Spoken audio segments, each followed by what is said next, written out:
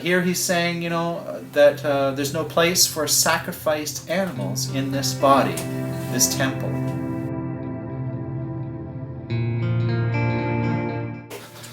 So what did Jesus think about animals in your body? Some vegans, well, they're kind of rather harsh, but it's kind of true. They say if you eat an animal, your body is like a graveyard. You've got dead animals in you.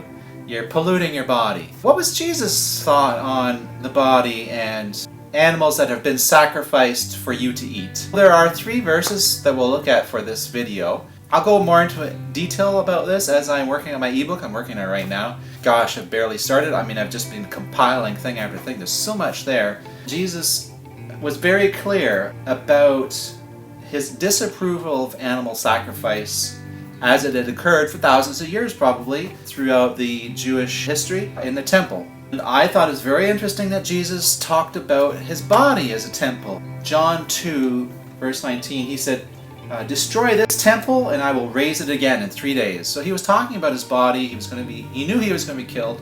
He knew he was going to be persecuted.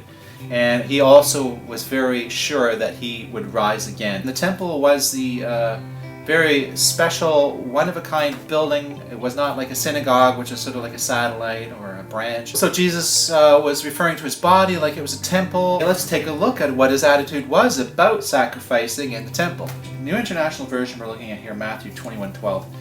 Jesus entered the temple courts and drove out all that were buying and selling there. He drove them out. He overturned the tables of the money changers and the benches of those selling doves. The idea that sacrifice of animals was to please God, to satisfy God, for atonement, for giving thanks, except the animal was doing it on your behalf, and you're supposed to have empathy for what the animal was suffering, and there's suffering here involved, okay? It's all about suffering, really. The animal sure is suffering. And they picked the finest animals, the finest specimens of whatever, lambs, goats, pigeons. They wouldn't get one that was missing an ear or had a big bald spot or something. They're going to get ones that are perfect and sort of to show this respect to God or whatever. But Jesus was clearly saying, no way, this is not right. Obviously, he was making a demonstration, not unlike we make demonstrations today when we go out in public and have placards and sayings and we do things. And we know that just going out in the street often, that's not going to change everything, but it's drawing attention to it. Jesus drew attention to it specifically, that he was against turning the temple, that is, into a business, implying also he did not think sacrifice was important anymore. Why would he do that if he agreed with animal sacrifice? There's money changes there is because people had Roman money.